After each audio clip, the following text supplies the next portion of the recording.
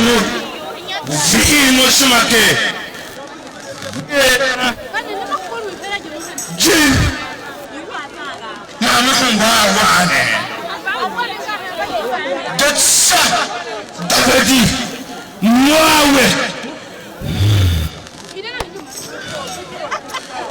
Smuko, Nulula, Mama, where Davidi.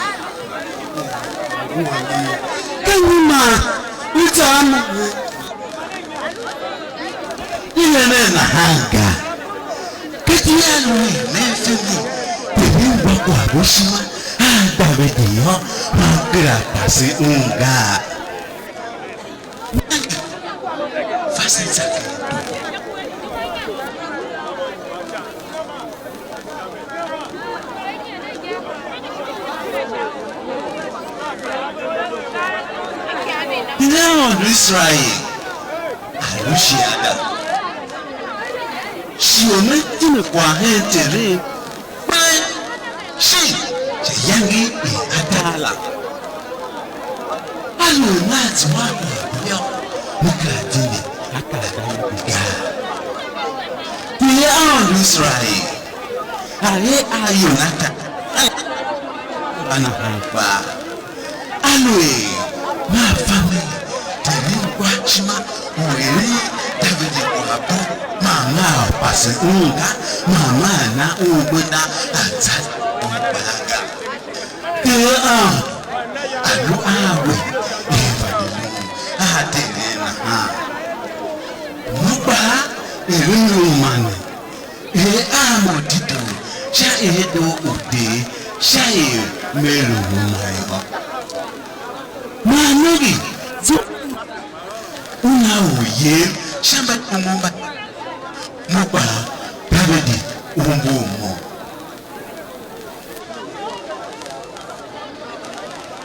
Nanga dájú àmọ̀ ṣùgbọ́n àmọ̀ ṣe mímí wo kò ṣe dóòṣì máa wà sílà wíẹ̀ ní yángẹ́jẹ òǹdòǹgà. Amo imbani ham ayo ema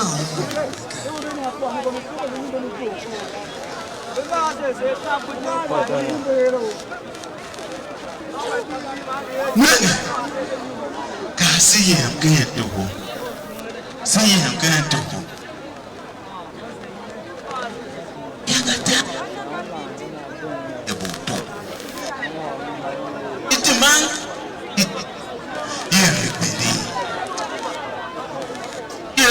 afa akela ye gayo na ha ma tabe di zambi amoi una zakenti bai yadi wanga mo tami lohona sha nyumo nyumla na ha isumla tuma atawe di ba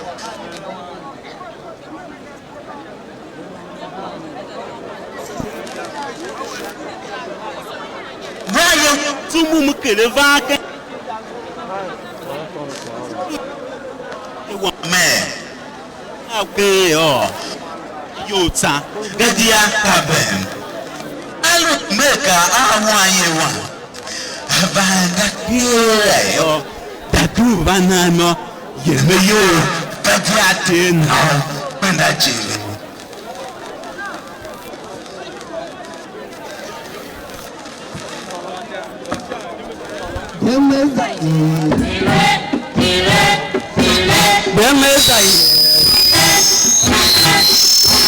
David Toya, Sauda Yere, Yesheke to Sao, David Mo and Yonatan, David Mo and Yonatan, Bayama Sauda Yere, Yesheke to, Duvini to, Boshima to Raoya,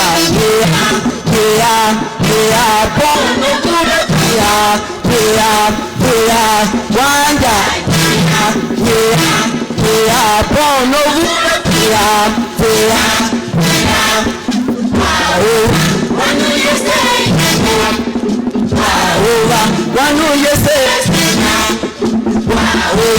wanu yese ayende anja pa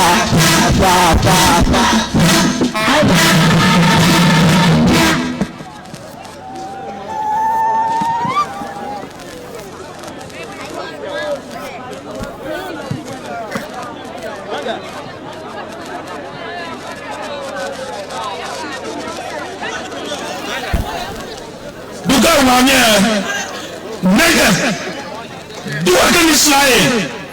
No, hamo yo. Pero bueno, hamo yo na yakwa na magwa. Hey yo to, uban kaopa. Yo hefesi kaona.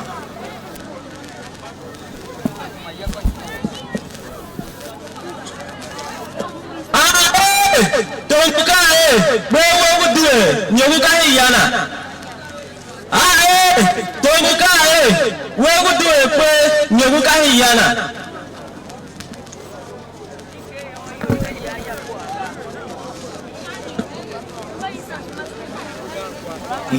Msu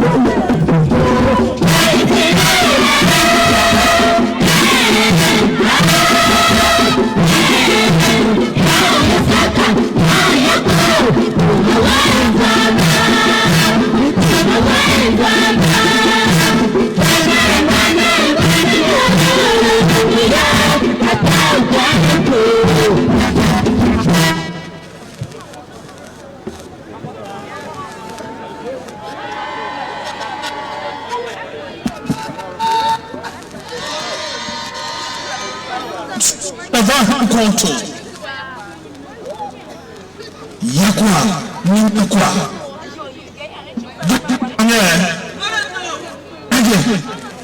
nayo ne bayani ya dina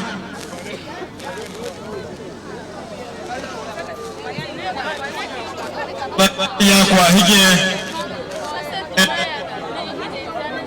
banango ya bebe nyongo nege kwa sebak selain makan nyongo hige banyak beberapa itu sound loh nih kau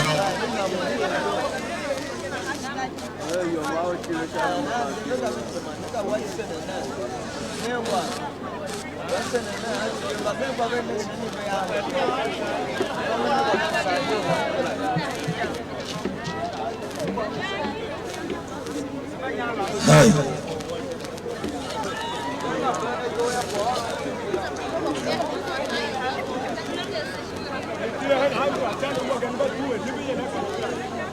Jonathan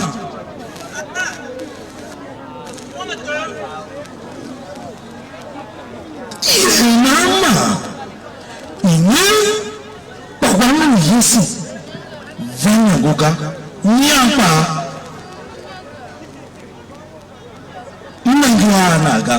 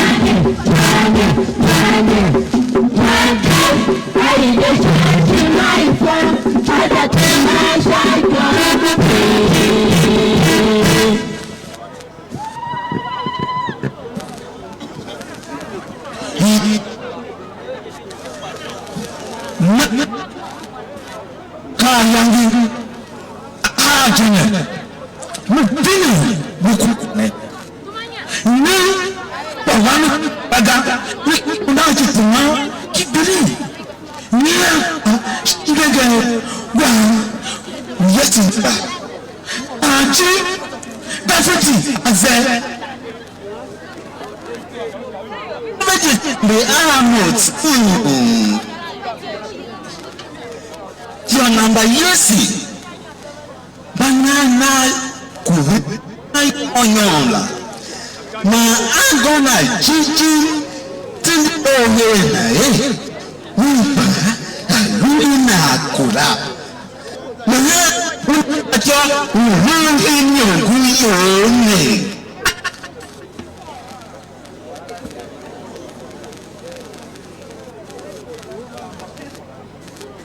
Kawe wọ́n gbèrú fún ánẹ̀. Ìnáàmà ó èkó ànáàna. Ó kìrà fá pé ẹni oníkìn bá ọgá tẹ̀. Ìnáàmà ó dé hùn wé àyè. Yálẹ̀ tí wọ́n jẹ́ nẹ̀ ìváànà fúlẹ́fúfúlẹ́ gáyé.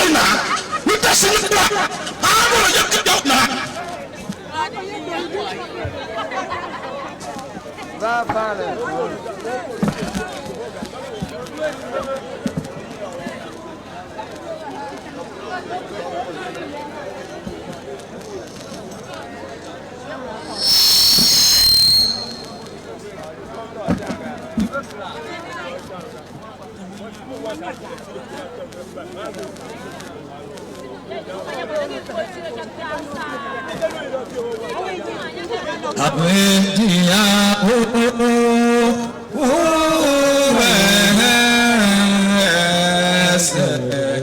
Yonata Pawasatuna